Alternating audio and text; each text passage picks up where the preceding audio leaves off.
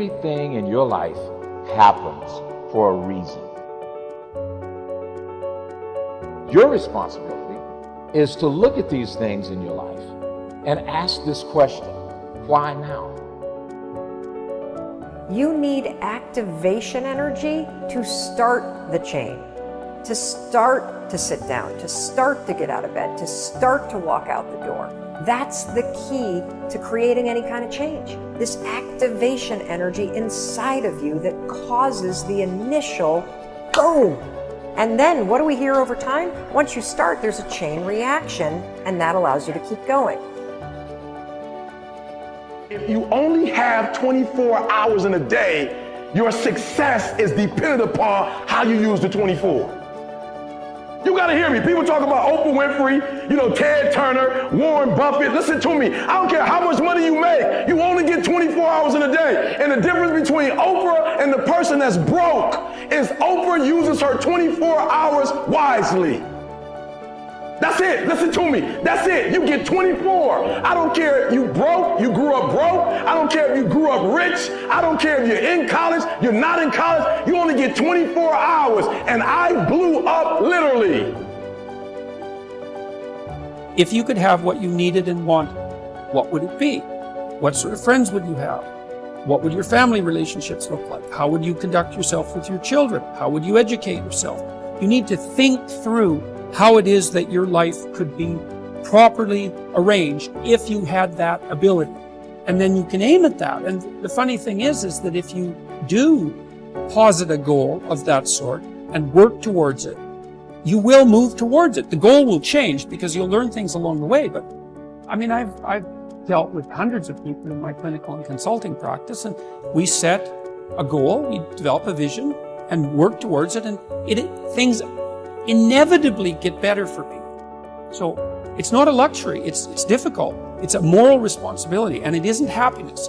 It's not, the pursuit isn't for happiness. There's always more room to grow. There's always more knowledge to gain, always more skills to perfect.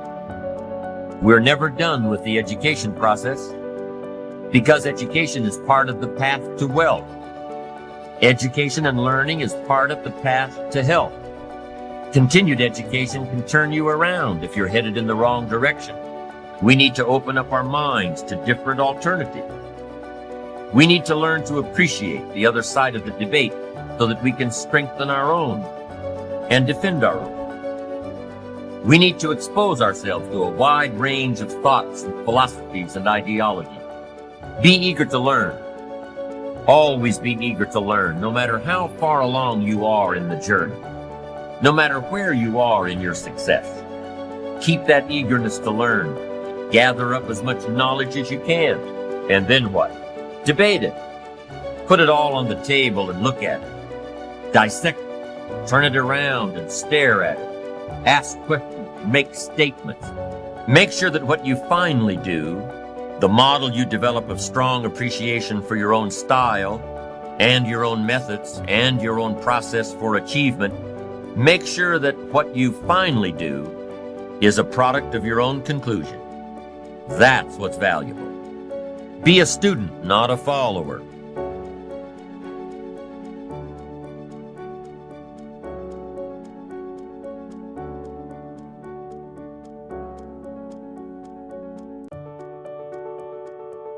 When I was growing up, everybody's goal was get rich enough so you never have to work. Now, like all my friends are 15, 18 years my senior. People like Steve Wynn in most of Las Vegas, he's like 74. Warren Buffett's 85. Peter Grubin, one of my dearest friends in the world, owns the Golden State Warriors, the LA Dodgers. We're partners in the LAFC football team in LA. Brilliant guy, 74 years old. And they're all working harder now than they ever were, and they don't have to work. So the goal is make enough money so you don't have to work, and then you'll do what you love and you'll pour your time and energy into it. But you have to make that decision. It's the first most important decision is I'm going to become an owner of American business. You don't want to have an Apple phone and not own Apple. And you don't want to just own Apple because any company can go up and down. Right? You want to own the index. You want to own, a variety with enough diversification. But if you can just shift, and I've taught people who've told me they have no money, they can't save. It's really easy once you get momentum. I run a company with hundreds and hundreds of team members, multiple profit centers within the company. Every one of those folks has a plan for the revenue they're going to produce in this month, this quarter, and this year, and the expenses they're going to spend to do that in this month, this quarter, and this year. Thereby, we do annual projections. It's really not rocket science. It's 6th grade math. What are you going to do with your money? Don't get to the end of the month and go, where'd it go? Because you end up being a rat in a wheel. And you work your whole life. Run, run, run, run, run, run, run, run, run, run. And you get to the end of your life and there's nothing. And you earned $4 to $10 million in your working lifetime. And you have nothing because you didn't write it down. It's a serious principle. You got to get out of debt and stay out of debt. Now, everybody knows Dave Ramsey's going to say that. Everybody knows I'm going to say Proverbs 22:7. The borrower is slave to the lender. When you don't have any payments, you know what you got? Money. That was hard. Are we through yet? You getting this? It's not deep, but I wanna. Yeah, that's the problem. I wanna. I need nothing, but I want a lot of stuff. There's nothing wrong with getting you some nice stuff, but the problem is when your stuff gets you. When you got a student loan that's been around so long you think it's a pet.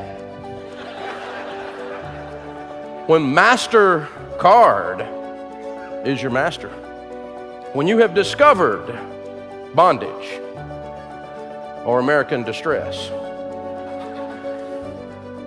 Well, you can't live without that. That's what my finance professor said too, and he was broke. What's wrong with that picture? A broke finance professor.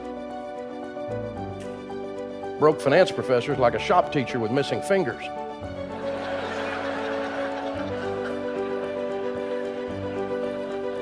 You have kind of a Dr. Phil moment with some of these people. How's that working for you? Because all these people are running around, these quote unquote experts, and all of them that taught me. I was in the real estate business. We used OPM, other people's money. We were taught leverage and all the sophisticated views of leverage and all this stuff. And I can unpack it for you and I can pencil whip you. I'm a math nerd. It's what I do. But at the end of the day, there's nowhere in Scripture God used debt to bless His people.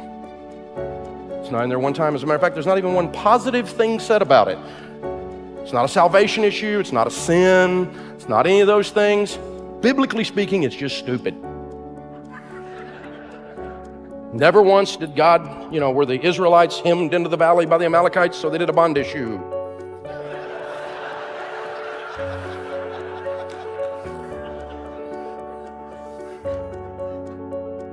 You gotta know the Word. Study the Word. Because God will show you. Because He loves you. He's got a plan for you. The third one. First one is you got to do a budget. Second one is you got to get out of debt. Because if you don't have any payments, you got money. The third one is quality relationships. Now this is kind of weird. But think about it. Marriage is grand, divorce is 50 grand.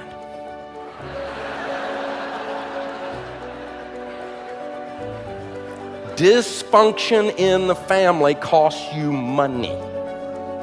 Straight up. Crazy parents, drunk brothers. If you let them come into your boundaries and interfere in God's stewardship of your household, their dysfunction will cause you to be broke because you join in the dysfunction. And we all got it.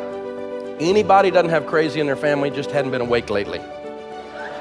Everybody's got crazy somewhere in the family. Some of it's behind a closet door, some of it's behind over the hill, some of it's around the corner at the still. You don't know where it is, but crazy is in your family. And I'm no exception. I'm from Hills, East Tennessee. When we do crazy, we do it big. So dysfunction and your personal dysfunction. We sadly get to work with the effects of all the dysfunction because we do financial counseling and coaching. And so we've worked for 25 years now with addicts. And I just got to tell you that if you're addicted to something, whatever it is, gambling, pornography, those are the two big ones right now. Huge, just unbelievably huge. And you know, certainly the old standbys, drugs and alcohol and that kind of stuff. But people that are addicted, 100% of them are eventually broke. And people who stay with them are all 100% eventually broke until the addiction changes and Jesus heals it. That's an extreme example of quality relationships.